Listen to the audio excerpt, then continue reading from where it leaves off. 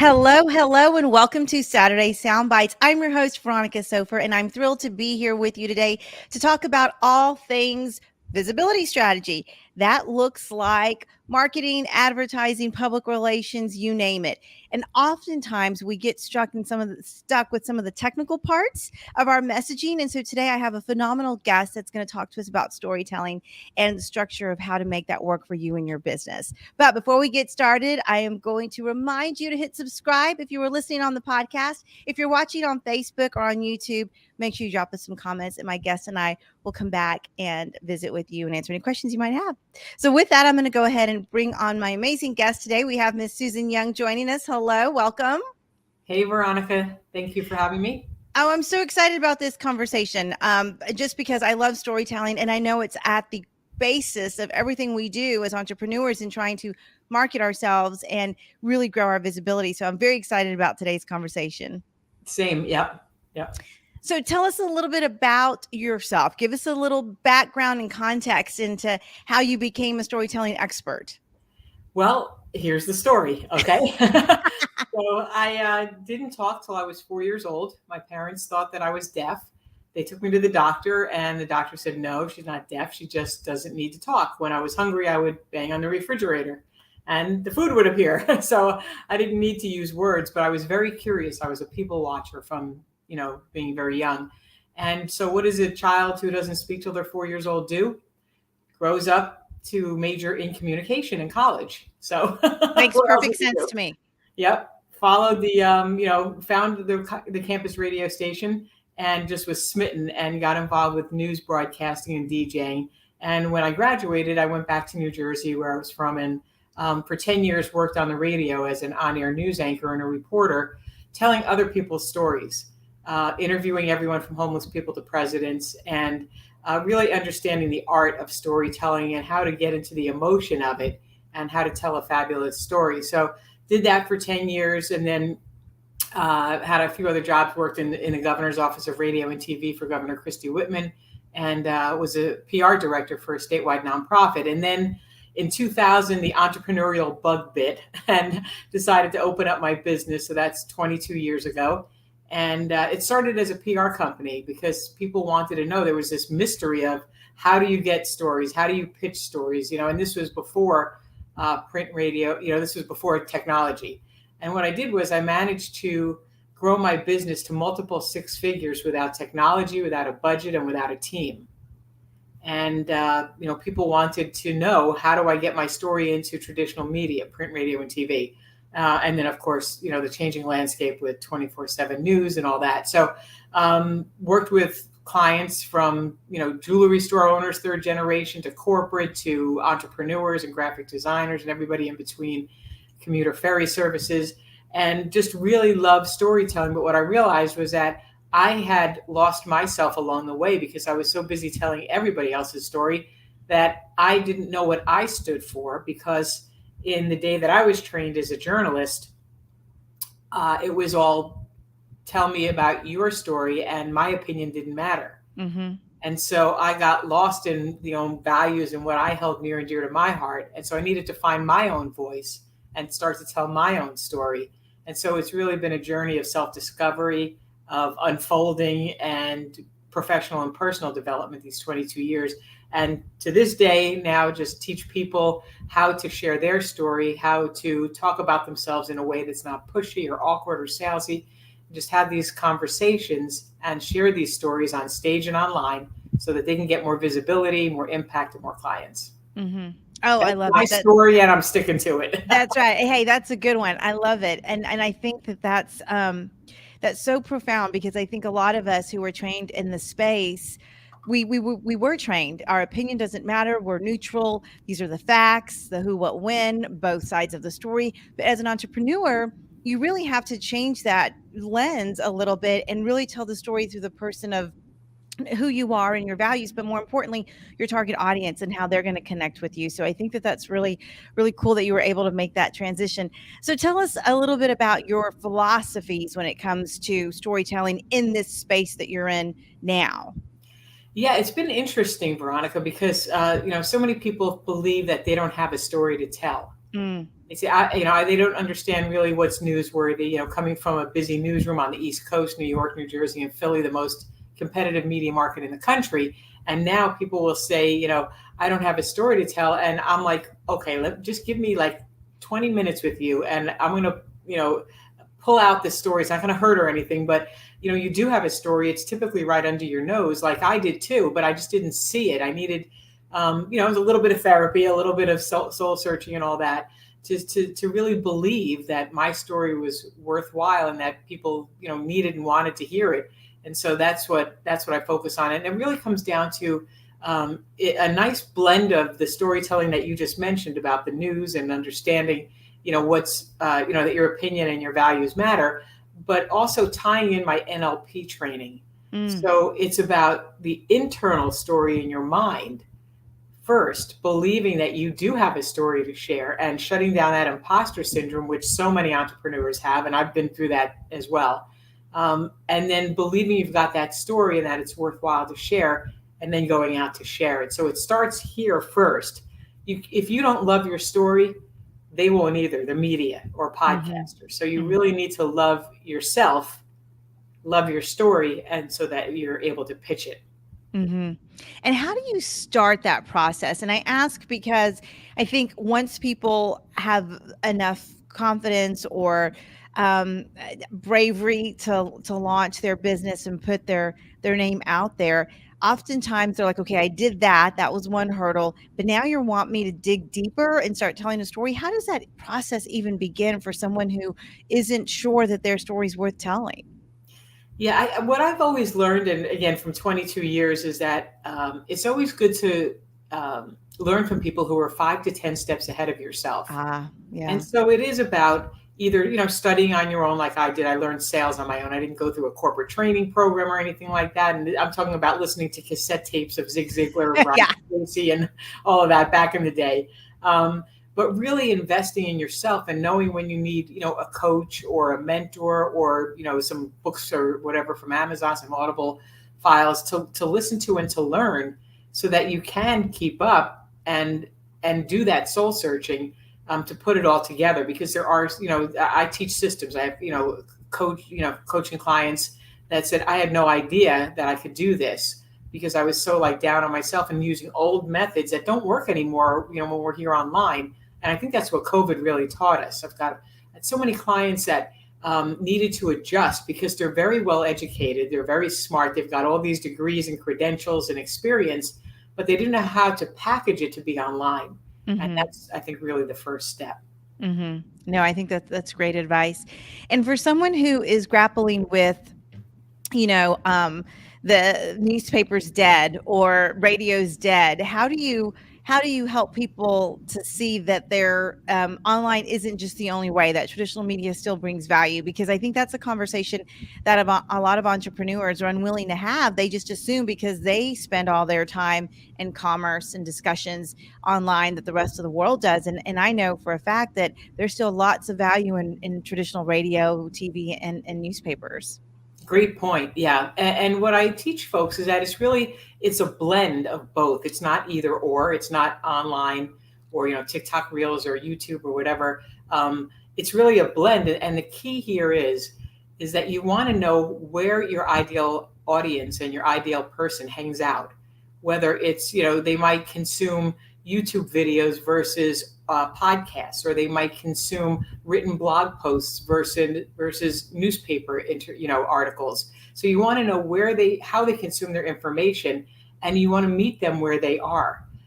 People will say to me, "Where should I be?" I'm like, "Well, if your people are on Facebook, don't go to Instagram or LinkedIn Right. and boo-hoo that you don't have business because they're not there. You need to go where they are and learn that particular platform." I think that's really the first step. So it's that combination and knowing, what they want and you being able to deliver it. So, Susan, tell me about how you help folks with their pitches. They've decided they've got a good story. Maybe they've fallen in love with their story, or they've got some coaching around their story, and now they want to start to share it with others. How do you coach folks on actually pitching their story to land some really great media? Yeah, it's been interesting because, people think that longer is better. And so I had, for instance, a client who was getting crickets, with her pitches for about a year and a half. I had no idea what she was doing wrong. And then she wanted to get the interviews, and she had a great story, but the way she, put it all together, she's sending like 2-3 pages of all this stuff. And it was like, no, no, no. So we got it down to, teaching about the subject line, the importance of a great subject line, because otherwise they're not going to continue to read. All you want to do is have, the wonderful 8 words and show them in the subject line that you have been following them, that you've consumed their content. Maybe you saw an interview or a blog post, and that you get them, so that you're sharp and that you're on the ball. And then, each sentence, maybe just a short paragraph in the body of the email, builds on that, so that you're not sending them a press release or a packet, but you're asking them, you're just gauging their temperature, saying, would you be interested in this? Concise, clear, very compelling, and make it easy for them to read, and a contact number to get back with. And this woman was like, well, I know I'm doing something wrong with, because I'm getting crickets, but I don't know what, because they're not responding. And as soon as I saw her pitch, I'm like, oh my, what's this? This is not the way it's done, because we've been, I've been on the receiving end of all kinds of pitches for so many years as a publicist and as a former reporter that, I've seen it all. So just pulling it all, tightening up the writing, and it's not self-serving. It's not about you trying to hawk your book or sell something, but it's about having value for their audience. I think that's the key. No, I think that's great advice. And do you find that people struggle with the clarity and the consistency in the words? I mean, we want to be wordy, but we don't want to be wordy. We want to use the right words, and that clarity and that consistency sometimes is hard for someone who isn't trained as a journalist or who isn't trained as a technical writer to really put that together. How do you think that an entrepreneur should approach that if they're really just, you said subject line 8 words. What if they got 25 words and they really need to get that down to a concise message? How do you suggest people go through that process? About 3 words. Okay. And I'm from New Jersey, so it's very direct. It's cut the crap. Love it. Get rid of the words, the empty words that don't add to your story. And just, you want to have something that's going to make them curious, make them intrigued, so that you get them thinking just these 3 words: tell me more. I'm curious. What's that mean? I just want to read one more sentence, and then deliver on that promise from the subject line. Mm-hmm. Oh, that's great advice. Yeah, I took notes because I'm gonna really start using that. So, what about traditional press releases? You talked about emails and reaching out to reporters to just gauge their interest and see if they were even interested. What about when you are working on a launch? Say maybe you are a book author and you are ready to start getting some media out there. What about traditional press releases? Do you feel like they're well received by media today, or do you feel like there's really a different approach that people should be taking? Well, it's funny that you asked, because I just literally did a video, and I have this folder here. Okay. News, the word news. Okay. Yeah, in the word news is the word new. What's new about this story? That's the purpose of a press release. A press release is to announce something new. So if you don't have something new, look, this is the key. Nobody cares about your book or about your new website, or that you hired a VA. It's not newsworthy, because when you're in a busy newsroom, all any reporter is going to ask is, they're thinking in their mind when somebody's pitching is, who cares? Why should I cover your story? How does this affect my audience?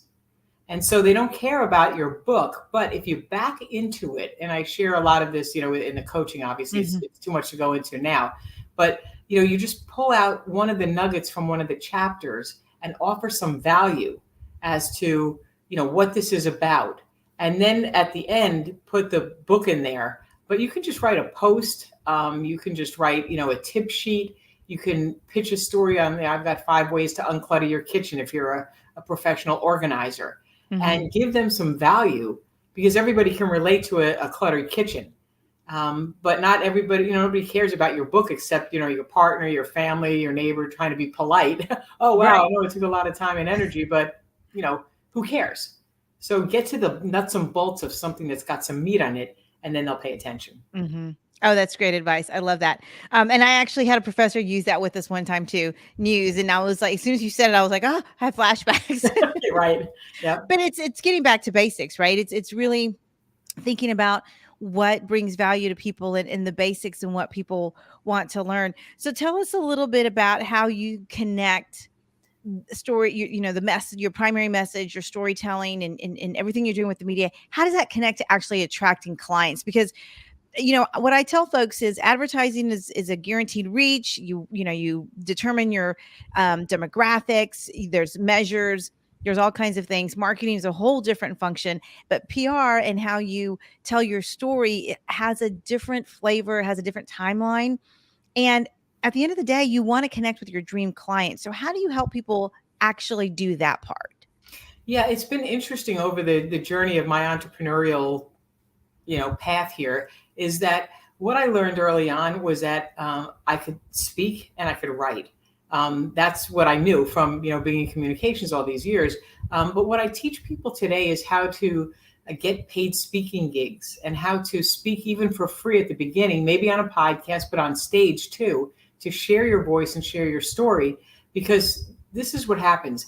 You walk into a room of a captive audience that wants to know your topic. So just a simple example is you go into a Chamber of Commerce luncheon or a networking breakfast, and they've promoted you talking about the topic. This is what you're going to cover. Here are the 3 bullet points. They do all the work. You walk in with your PowerPoint slide deck or your laptop and some handouts and some other things that are going to help you.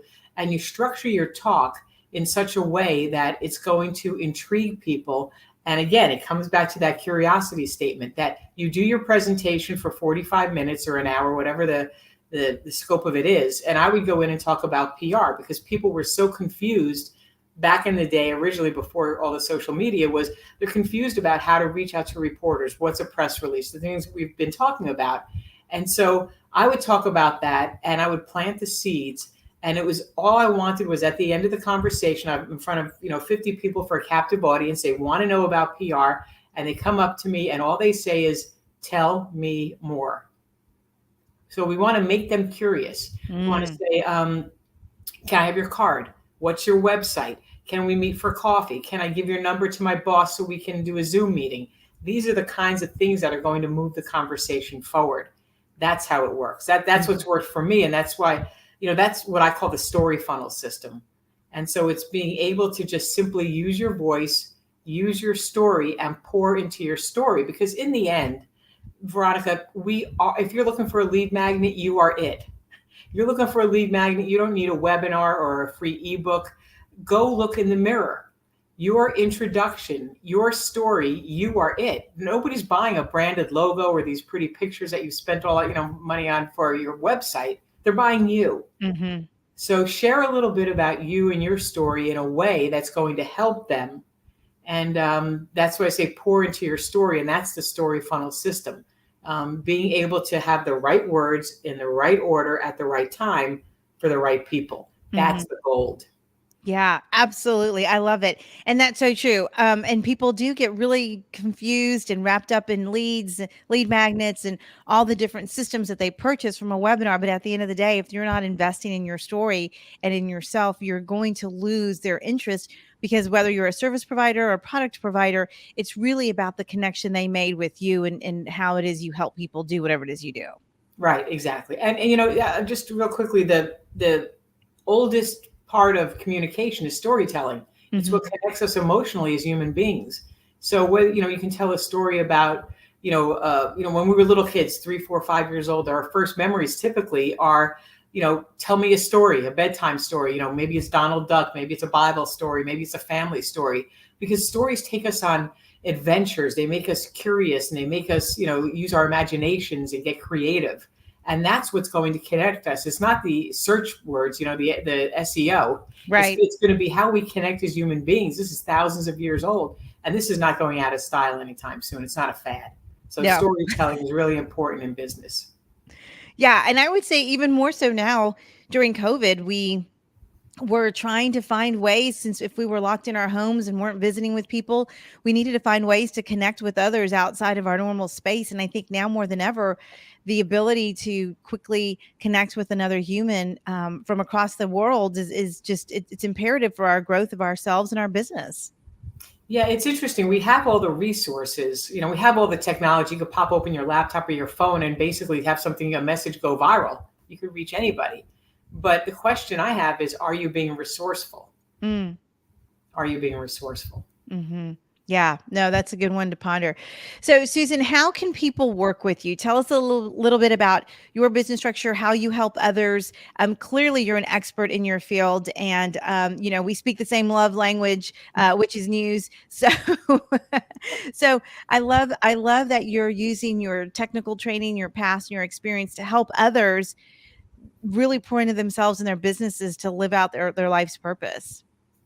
Yeah, what I do is, there's private coaching. We do small group coaching as well. It's about storytelling. I teach the story funnel system that still holds true today, that I created 22 years ago. Again, pouring into your story, having the right introduction, having the right words, and then being able to, have your subconscious mind and transform that, because that's the key to this story. And being able to go out on stage and be a paid speaker and have those revenue streams and have those lead magnets with people, whether it's podcasting or on stage. So it's all of that communication. So it's one-on-one coaching, it's group coaching, and the website is sueyoungmedia.com. My clients are blown away, because between the storytelling and combine that with a nice blend of NLP and a little bit of woo-woo, some Yep. energetics and some spirituality stuff, they're getting a 700% return on investment. It's crazy. During COVID, people are doubling their rates. People are, have wait lists when they had no clients. It's just, it works. And I know it works because I've been doing it, and it's timeless, again, because it's storytelling and it's how we connect as human beings. So that's how I structured my business. And like I say, it works. Yeah. Well, I'm very excited, and I love the woo woo and I love the NLP. I think that probably helps people with their storytelling. And I really encourage them to reach out to you. How do you want people to connect with you? What's the best place that people can reach out? Yeah, you can look at sueyoungmedia.com, and we do free story power sessions. Those are 30 to 45-minute exploratory calls, just to talk about strategy, talk about where you are, and what you want to do with your story, and how to identify that story, and give voice to it and amplify it. It's about the drama and trauma of everyday life, and the things that you want to share, so that you can, speak with confidence. You can go out there and make a bigger impact and help more people with clarity and confidence. So sueyoungmedia.com. And then if you want to schedule a story power session, we have a Facebook group called Communication Nation, but it's all on the website. That's, I think, the best place. Awesome. Okay. Well, we make sure that we will send everyone there. Susan, thank you so much for joining me. I loved the conversation, and I just appreciate what it is you're doing for others. Same. I appreciate the opportunity, Veronica. Thank you. All right, guys, that wraps up this episode of Saturday Soundbites, where we talk about all things visibility, public relations, marketing, advertising, branding, networking, and we bring you resources that are going to help you grow your business and your brand. Now, if you're listening on the podcast, make sure you hit subscribe. We don't want you to miss any episodes. And if you're watching on Facebook or YouTube, drop us some comments. Let us know you caught the replay by pushing hashtag replay, and Susan and I will go back and connect with you. So with that, we're going to wrap up this episode, and I'm sending you lots of positive energy and light.